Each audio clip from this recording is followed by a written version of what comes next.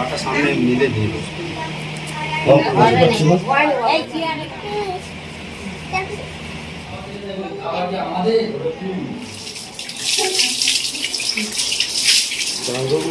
আশীর্বাদ করছে বলছে।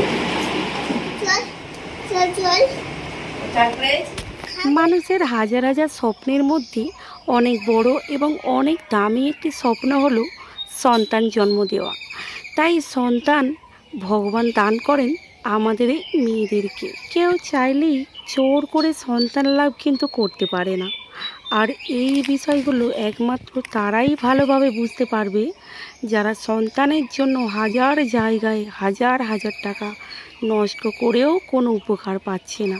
একটা মা একটা সন্তানকে 10 মাস 10 দিন পেটে ধারণ করার জন্য যে সময়টা অতিবাহিত করতে হয়, সেই সময়টা যেন একটা মায়ের জন্য 10 বছরের সমান হয়ে পড়ে। তখন ওই গর্ভকালীন অবস্থায় একজন মাই বুঝতে পারে তার নিজের কষ্টটা। তবে হাজার কষ্ট হাজার ব্যথাকে অতিক্রম করে সব কিছু ভুলে যাই তখন, যখন সন্তানের মুখের দিকে তাকিয়ে ভালোবাসাময় দুটি চোখ একে অপরের দিকে পড়ে।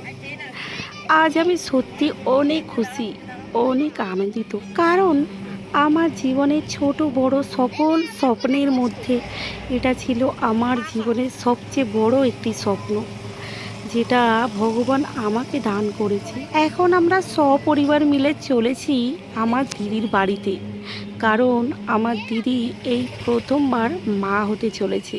দিদির কোল জুড়ে আসতে চলেছে এক ফুটফুটে সন্তান।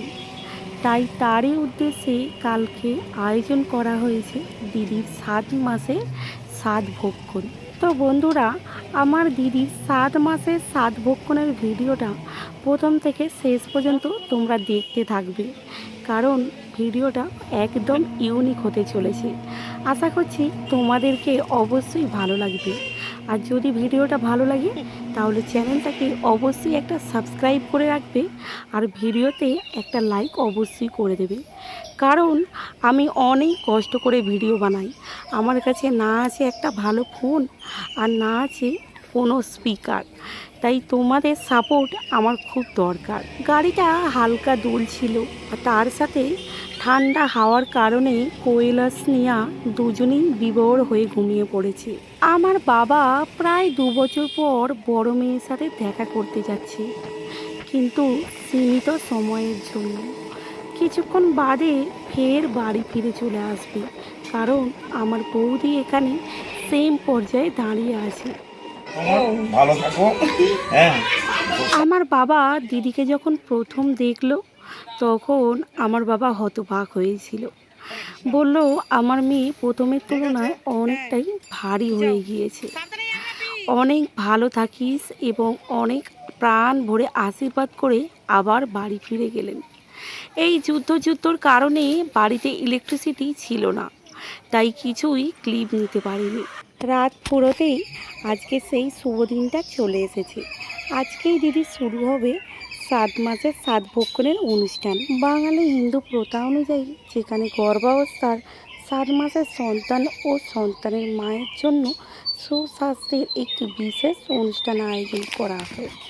আর এই অনুষ্ঠানে মায়ের পছন্দের খাবার এবং অন্যান্য বিশেষ উপহার দিয়ে মাকে এবং সন্তানকে আশীর্বাদ করা হয়।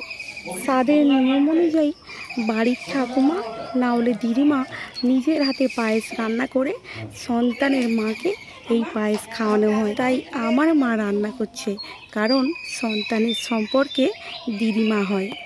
তারপরে চিংড়ি, চাল কড়াই ভাজা, 7 রকমের মিষ্টি, 7 রকমের ফল, নানান ধরনের নানান খাবারের আয়োজন করা হয়। এটি আমাদের বাঙালিদের ঐতিহ্যবাহী অনুষ্ঠান, যা মা ও সন্তানের জন্য খুবই আশীর্বাদজনক। এই স্বাদের অনুষ্ঠানের দিনে মা নিজেকে এতটাই সুন্দর করে সজ্জিত করে যে তার তুলনায় অন্যান্য মহিলাকে অতটা ভালো দেখতে লাগে না, কারণ মায়ের এক আলাদা এক রূপ হয়ে যায় ওই দিনে। পায়েস হলো এমনই একটা শুভ খাবার যেটা সর্বক্ষেত্রে ব্যবহার করা হয়, যেমন বিয়েবাড়ি, অন্নপ্রাশন, স্বাদের অনুষ্ঠান, অনেক অন্যান্য অনুষ্ঠানে ব্যবহার করা হয়। দিদির স্বাদের টাইম হলো বেলা 1টা, তাই জামাইবাবু পুজো করছে, সাথে দিদি নিজেকে রেডি করছে। দিদির স্বাদের অনুষ্ঠানের জন্য কিছু আত্মীয় স্বজনকে নিমন্ত্রণ করা হয়েছে, তাই ওদের জন্য কিছু খাবার দাবারের ব্যবস্থা করা হয়েছে। তাই এখানে রান্নাবান্না চলছে, আর রান্নাবান্না করছে আমাদেরই সম্পর্কের এক ভাইপো।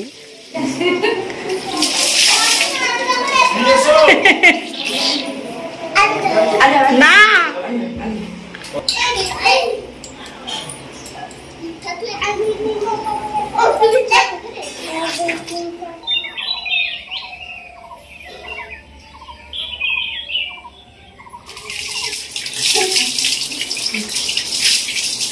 গঙ্গে গঙ্গে গঙ্গে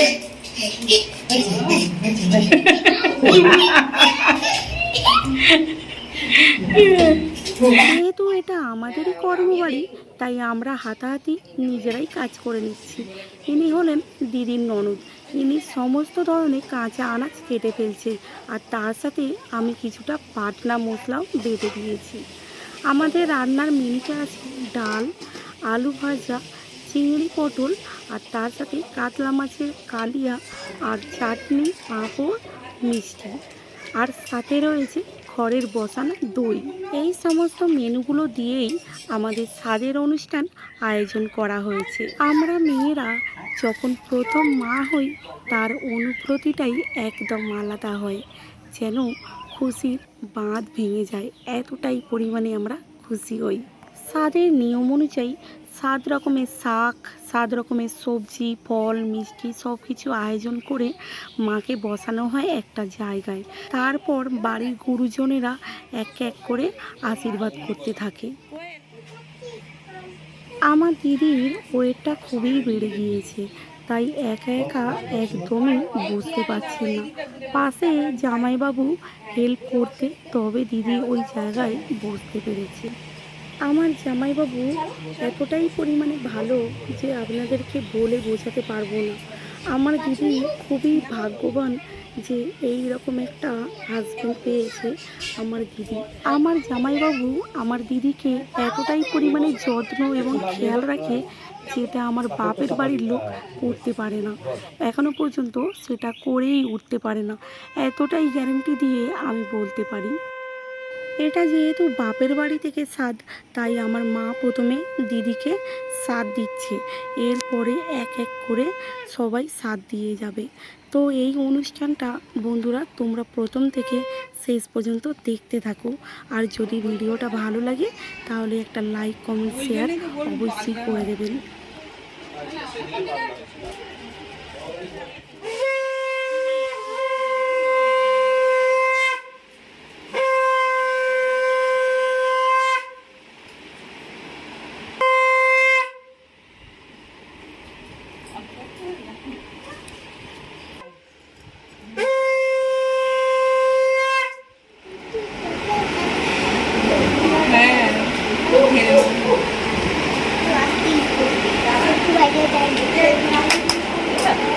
হ্যাঁ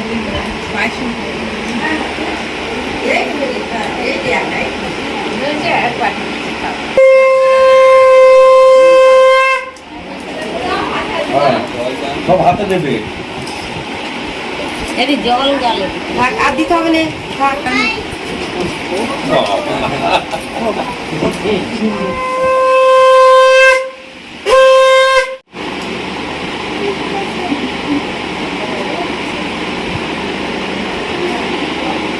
ভালো কোথায়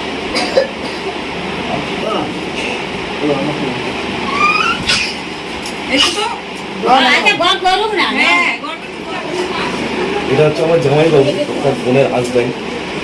তো জামাইবাবু আশীর্বাদ করছে বোনকে। সর্বশেষে আমার জামাইবাবু দিদিকে আশীর্বাদ করলেন এবং এখানেই স্বাদের অনুষ্ঠান শেষ হয়ে গেল। তারপরে ছোট ছোট বাচ্চারা এবং বাচ্চাদের সাথে কিছু সুন্দর মুহূর্ত কাটিয়ে বাড়ির গুরুজনদেরকে খেতে বসানো হবে।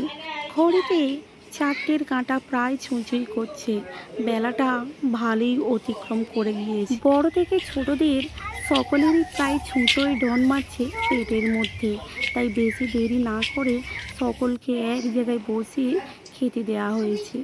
তো বন্ধুরা, আজকের এই স্বাদের অনুষ্ঠান তোমাদের কেমন লাগলো? যদি ভালো লাগে একটা লাইক অবশ্যই করবেন, কমেন্ট করে জানাবেন কেমন হয়েছে, আর সঙ্গে চ্যানেলটিকে সাবস্ক্রাইব অবশ্যই করে দেবেন। দেখা হবে কোয়েলের সাথে অন্য একটি ব্লগে। ততক্ষণ পর্যন্ত আপনারা সুস্থ থাকুন এবং ভালো থাকুন।